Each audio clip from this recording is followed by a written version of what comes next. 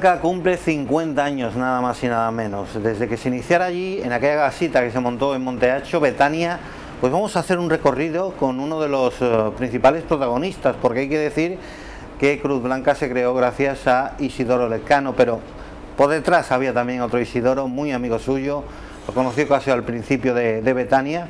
Él no ayudó a montar Betania, pero sí que conoció Betania y vio el trabajo que se hacía allí y se enamoró de este proyecto de vida que es el que marcaba el hermano Isidoro Lezcano. Estamos hablando, o vamos a hablar en este caso, con Isidoro Macías, que fue uno de los precursores. ¿Cómo conoce Isidoro Macías a Isidoro Lezcano? Pues fue una cosa muy tonta. Yo estaba haciendo el servicio militar aquí en Ceuta y en la Virgen de África iba yo todos los días a rezar el rosario y vi dos muchachos que habían estado con el hermano Isidoro. Estuvo un tiempo, pero claro, ellos no veían una cosa segura. Y me dice, mira, aquí hay un hombre muy bueno que está en Monteacho, que está atendiendo a muchísimos abuelos, muchísima gente, él no mira nada. Y entonces fui a visitarlo y hasta hoy día. Claro. Hay que recordar, padre hermano Isidoro, que en aquel momento no existen centros que acogieran a enfermos, no existía centros donde acoger a ancianos. Ahora, por ejemplo, vemos muchos centros que hay una pensión de la que podéis pues tirar de un poco de recursos. Ahí no había nada, ni había pensiones, ni había nada, era gente que no tenía prácticamente nada y tenéis que sacar dinero. ¿De dónde? ¿A dónde tuvisteis que recurrir? Bueno, el hermano Isidoro siempre creó mucho en la misericordia, en la providencia. Dice el Evangelio, cuanto hace a uno de estos, a mí me lo hace. No pedí, porque él no pedía, él daba su testimonio, que fue lo que a mí me indujo más, ¿no? Me hizo pensar más. Un hombre con sus trabajos, que era funcionario del Estado en meteorología, y con ese dinero pues alimentaba. Más luego después el pueblo de Ceuta siempre ha sido muy generoso con él. Bueno, con la obra, claro, ¿no? Pues sí, él hablaba mucho de su obra. Sí. ¿Cómo vendía él esa obra? ¿Qué tenía en su pensamiento? Pues mire, ¿Imaginaba todo esto? Pues mira, con el testimonio, yo creo que no imaginaba, porque una vez que yo entré ya con él, terminé la mili y eso, y hablando los dos en Nazaret, decía, nosotros no seremos nada, porque yo no quiero nada, pero si Dios quiere que la obra siga adelante, pues mira, bendito sea. Entonces, pero él nunca pensó en que íbamos a llegar a donde hemos llegado, a estos 50 años de vida aquí en Ceuta, que fueron momentos muy difíciles, pero bueno, teniendo un poquito de fe, claro. La fe mueve montaña, ¿verdad? Pero claro, una fe, sí, mueve montaña, pero una fe sin obra es una fe muerta. Por eso él tenía las dos cosas, esa fe grande que tenía en Dios y en la providencia, que era la que le ayudaba, y esa fe que le inculcaron sus padres. Isidoro era muy amigo de el que era arzobispo en aquel momento de Tánger, Carlos Amigo, y él le hace un llamamiento para que en Tánger se monte una casa, y allí os trasladáis, ¿no? Paráis un momento, aunque fuera el trabajo que hacéis en Ceuta para montar aquella casa, ¿no? Hablamos del año 1975 aproximadamente. No, 69 fuimos nosotros a Tánger. Sí. Se abrió la casa y me acuerdo que fue el Domingo de Ramos, Cáritas de allí, porque había muchos españoles que no podían venir a España. Claro. Que eso da pena también, ¿verdad? Que uno se pone frente por la noche en un balcón que hay en Tánger. Sí, hay que recordar que aquello era el protectorado y de buena primera pasas en Marruecos. Ahí está. Entonces, el arzobispo, la primera vez que fuimos nosotros al arzobispo, le dijo, pues le explicó el hermano Isidoro qué es lo que quería, después de haber estado en Nazaret y Betania, que se pasó mucho, pero mucho, hasta noche sin dormir, porque una persona que ha creado junto con otras personas Betania, y que de la noche a la mañana te diga Isidoro, alto, eso es... Pero bueno, fuimos ahí, entonces le dijo el arzobispo, mira, lo que me estás diciendo esto no cae en saco roto. Mira, y así fue, se montó a los 2 o 3 meses nos llama del obispado de Tánger que ya teníamos la casa. Fuimos allí y luego después ya, como claro, solamente estábamos el hermano Isidoro y yo, los dos. Yo me quedé en Tánger y él se vino aquí al Príncipe, a la barriada del Príncipe, que cuando pasó la turbulenta, esa tormenta grande, hubo un cura aquí muy bueno, el padre Mena, y nos cedió la casa del Príncipe, de la parroquia. Y ahí fue donde ya empezó el hermano Isidoro. Después ya el hermano Isidoro hubo personas, porque él seguía haciendo la labor que empezó. Claro. Hablan ustedes muchas veces en escritos que he leído, que he repasado para conocer esos 50 años de Cruz Blanca, de esa tormenta que hubo. ¿Qué se puede contar? ¿Qué pasó? ¿Por qué a usted y al hermano Isidoro desaparecen de la vida de Nazaret cuando crean, o por lo menos ayudan a crear esa casa, ¿no? Pues es lo que me preguntaba yo aquella noche a las 9:30, y que vino un eclesiástico y nos dijo que se tenía que marchar Isidoro de Nazaret. Pero ahí actuó mucho, me parece, mucho el demonio, la envidia. Porque la gente venía a ver a los abuelos, los familiares, y preguntaban por Isidoro. No preguntaban por fulano de esto ni nada, sino por Isidoro. Y la envidia, que es muy mala. Por eso nosotros, los hermanos franciscanos de Cruz Blanca, tenemos que quitar un poquitín esa envidia que nos rodea, y ser un poquito humilde. Da ese testimonio que dio el hermano Isidoro, porque si el hermano Isidoro se hubiera cerrado, diríamos, yo no hago más nada. Pero no, Dios lo quería para hacer una obra, y la obra que se extendiera por todo el mundo. Pero fueron momentos muy difíciles. Claro. Momentos difíciles, esa tempestad de la que usted habla, y se marchan a Tánger, comienzan a montar Tánger, usted se queda allí y el padre Isidoro viene para acá, porque su obsesión es montar algo en el Príncipe. ¿Por qué en el Príncipe? ¿Qué veía Isidoro en el Príncipe? Bueno, allí en el Príncipe, en aquella época había muchísimos españoles, pero también muchísimos musulmanes. Entonces, no es que estuviera abandonado de asistencia médica ni nada, pero él veía... La pobreza se veía más en ese barrio. Se veía más. Entonces, él lo que quería era estar junto a los pobres. Yo conocí aquella casa, porque nací en el Príncipe, y le voy a enseñar unas fotos para que usted la vea, porque igual son acogidas de allí, son fotos que usted no ha visto nunca. Pero sí, conozco, conozco de aquella casa. Mira, a este me parece que lo operaron de catarata. Sí. Y fíjese, estos también, alguno de ellos es voluntario, creo que es. Sí, este es voluntario y está en la línea, pero ya casado y todo. Y fíjese quién entrega los regalos. Hay que ver los años, hay que ver los años, la vuelta que da la vida, ¿verdad? ¿Quién no iba a decir que tú ibas a hacer un reportaje después de tantísimos años? Sí. Yo recuerdo aquella casa, lo poco que recuerdo, tenía pocos años. Una casa con una escalera muy empinada. Muy mala. No tenía un acceso bueno para los viejecitos. No podían salir, vivían prácticamente allí. No, cuéntenos un poco cómo fue la vida allí en la calle Fuerte. Allí estaba, como yo digo, Cristo. Allí estaba el Cristo que el hermano Isidoro estaba atendiendo con los voluntarios, porque había muchos españoles en el Príncipe. Hoy día ya que no hay tantos. Pues esas personas que estaban en el Príncipe y gente que estaban aquí en Ceuta, iban todas, bueno, estaban por etapas, ¿no? Hubo uno que iban los lunes o los martes, los miércoles. Entonces, por eso Isidoro se quedó allí en el Príncipe, después de haber estado un año o casi un año haciendo el bien con un médico de la Legión que conocía mucho al hermano Isidoro, y se brindó diciéndole: Isidoro, tú no vas a estar solo, tú cuenta conmigo. Entonces él fue y pasaba visitas médicas allí a los pobres que no tenían nada. La medicina, ¿cómo venía? Ay, pues yo no te puedo decir, pero la cosa que la medicina que mandaba el doctor venía. Una frase que Isidoro utilizaba mucho era: Dios proveerá, ¿no? Sí, eso lo decía siempre, por eso he dicho eso, la fe de él, que era grandísima. Yo muchas veces digo: mira, Isidoro, que la fe es grande, pero aquí como no Nos falta venga, dinero. aquí yo ateo, ¿verdad? A eso.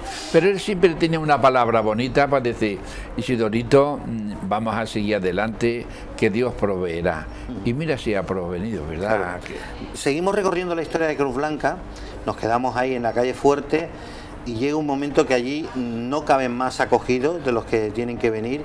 Las instalaciones no son las más idóneas, ya hemos dicho, una escalera muy empinada, y se marchan a Villascovita, ¿no? Allí también le acogen con mucho cariño. Pues mira, fue una visita que hicieron unos cuantos curas de aquí de Ceuta a Tánger, vieron la labor que se estaba haciendo en Tánger, y ellos vieron también la casa que tenía el hermano Isidoro en el Príncipe, en la calle Fuerte.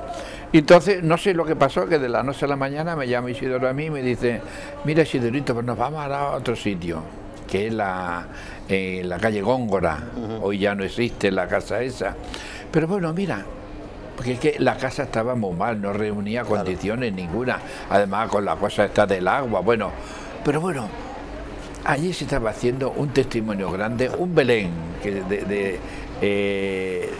viviente, ¿verdad? De personas que no tenían nada, que estaban, a lo mejor se la llevaban la policía local, y mira, y ahí estaba él. Pero luego después en la calle Góngora ya la casa fue mucho mejor. Era mucho más amplia, sí, que la de calle Fuerte, pero aún así era una casa pequeña. Pequeña, pero bueno, el ¿Y hermano ustedes Isidoro vieron el cielo abierto? Hombre, cuando se enteran de que las monjas del Príncipe se van a ir. Sí. Las monjas de Santa Teresa ahí del Sagrado Corazón de Jesús. Sagrado Corazón, entonces ahí fue cuando la cosa, el superior que estaba aquí, pues ya le pidió otra vez de nuevo la casa al obispado y no la cedió. Y le dan la casa. Y se ha hecho ya un poco más grande, o se hizo la casa más grande. Y luego después, mira, estamos aquí en Avenida España. Llegaremos hasta Avenida España, porque les dan la casa del Príncipe, lo que son los locales del párroco, sí, los locales de las antiguas monjas, como he dicho, del Sagrado Corazón de Jesús. La comisaría, que allí había comisaría. Exacto. También. Y le ceden además la iglesia, sí, para que ustedes la cuiden. La cuidemos. ¿Qué significado tiene a partir de ese momento el Medinaceli y la Virgen de los Dolores para ustedes?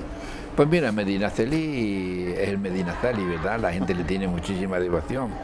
Está Medinaceli en la iglesia y los Cristos rotos están en el otro lado. Pues es una cosa que se unen, ¿verdad? Y no nos faltó nunca de nada. La cosa que iba la gente a Medinaceli, a las promesas que hacían.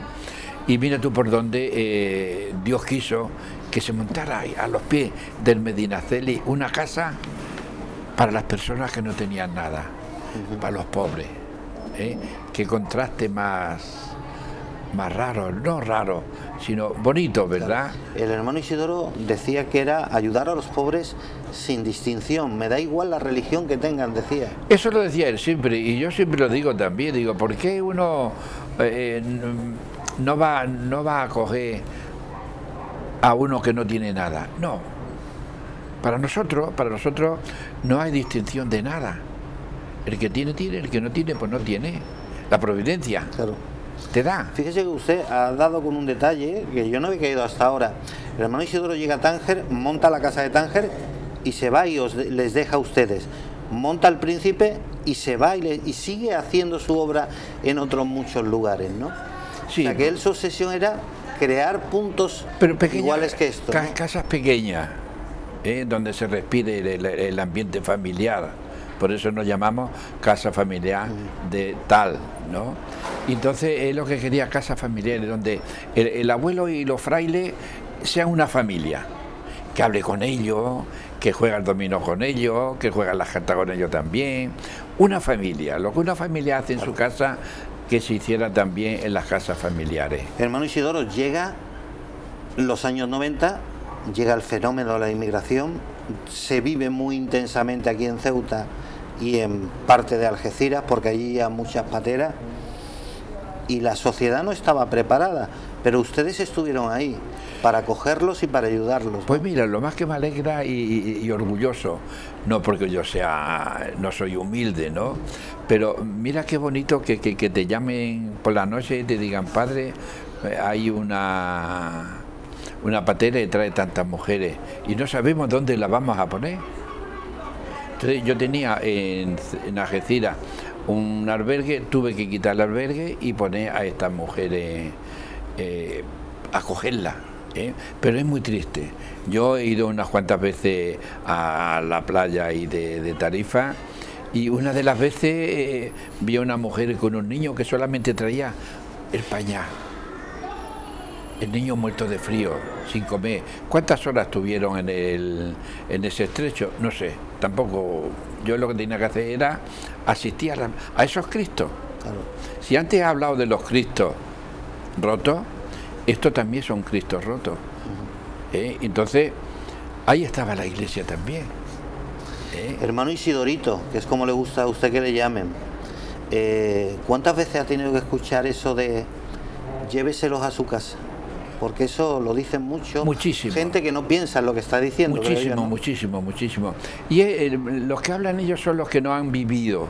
Porque si ellos hubieran vivido un poquito, aunque nosotros, los españoles, hemos tenido familia, yo he tenido familia que se han tenido que ir a Francia. Señor mío, esta gente viene engañada por esas malditas mafias. Vamos a tener un poquito de cariño, ¿verdad? Un poquito de acogida. Por eso la iglesia ahí ha sido la primera, porque me acuerdo yo que las primeras del año 2000 no había nada en Algeciras y al gobierno lo cogió de entonces, lo cogió que no tenía dónde llevarlo, pero mira, ahí estaba la iglesia, ahí estaban los frailes, ahí estaban los hermanos franciscanos de Cublanca, con estas personas acogiéndolas, arreglándole los papeles, arreglándolo todo. Yo tuve una subdelegada del gobierno que estaba en Cádiz y me visitó y me dice: padre, yo lo único que le pido es que tenga usted cuidado con los medios. Pero mira, hasta para eso los medios han sido buenos conmigo. Y yo siempre digo, mira, la fe mueve montañas, pero ustedes los medios de comunicación mueven corazones. Porque cada vez que yo salgo en la tele o leen la prensa o la radio, pues ustedes mueven corazones. Y no se lo quería la periodista que yo le dije eso. Padre, ¿cómo va a decir usted eso? Y digo, por lo menos yo lo puedo decir, que ustedes me han ayudado muchísimo. Y eso sí, me dijo esa la subdelegada del gobierno, dice, pero a mí me tiene. Usted además le pusieron el apelativo del padre Patera. ¿Le gustó, no le gustó? ¿Cómo se lo tomó eso? Bueno, una anécdota más, ¿verdad? Una cosa más. Yo no soy sacerdote, pero como dijo otro periodista, cada vez que nacía un niño en la casa, bueno, en la casa, en el hospital. Y han nacido muchos, ¿no? Han nacido muchísimos. Yo la cantidad no sé, porque nunca he llevado un registro, que ahora, si lo hubiera llevado, hubiera sabido cuántos niños, pero bueno, han sido muchos. Y uno de ellos nació en la casa. Pero bueno, ¿tú te imaginas un fraile con la mujer, el niño que estaba en el suelo y el cordón umbilical unido? Yo digo, trágame tierra. Pero hasta ahí Dios estuvo. La mano de Dios estaba debajo de ese niño. Claro. Hermano Isidoro, ¿cuántas de esas personas le han llamado después y le han dicho, he salido adelante, estoy aquí, quiero mandarle un saludo, pues mira, usted me ayudó? Muchas.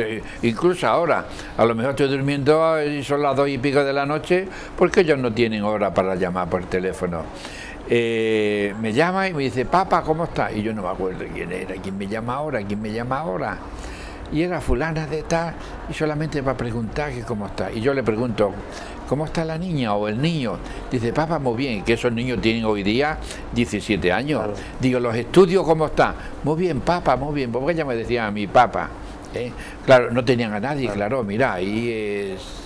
Pero bueno, yo creo que lo que decía el hermano Isidoro, hay que acoger a todas las personas.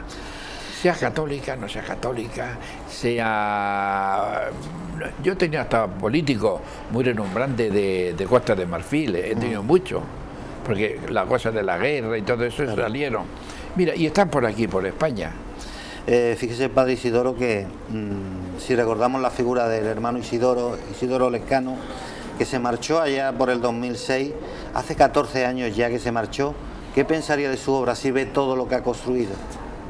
Pues yo creo que estaría muy contento, porque nunca, como dije al principio, Pensaba que esto iba a ser tan grande, iba a tener tantísimos hermanos, iba a tener tantísima gente alrededor de las casas nuestras. Yo creo que él lo único que si viniera ahora mismo diría gracias. ¿Qué importancia tiene en todo este crecimiento la ciudad de Ceuta? Pues la ciudad de Ceuta, a pesar de los pesares, como tú sabes, nos sigue queriendo. Y eso lo digo siempre, cada vez que salgo en un medio de comunicación. Digo, la gente de Ceuta, las personas de Ceuta, ricos, pobres, de todas clases, nos sigue queriendo. ¿Por qué? Porque estamos haciendo una obra de misericordia, obra que entra por los ojos, ¿verdad? Porque si nosotros no estuviéramos aquí, habría otra cosa, ¿no? Pero no, Dios quiso que los hermanos franciscanos estuvieran y siguieran en Ceuta, hasta que Dios quiera, yo creo que para siempre, ¿verdad? Porque ya digo, a pesar de los pesares, la gente de Ceuta nos siguen ayudando mucho. Pues hermano Isidoro, le agradezco que haya venido desde Córdoba para atender a Radio Televisión Ceuta, que le hicimos la petición, y que haya estado este rato con nosotros, que para mí ha sido uno de los más gratos de mi vida, la verdad. Pues yo te agradezco que me llame, simplemente por decir un poquitín, recordar los comienzos nuestros, que han sido muy tristes y muy alegres. Tristes por lo que hemos dicho, ¿no? Pero alegres porque mira cuántos somos, ¿verdad? Y Dios nos sigue ayudando.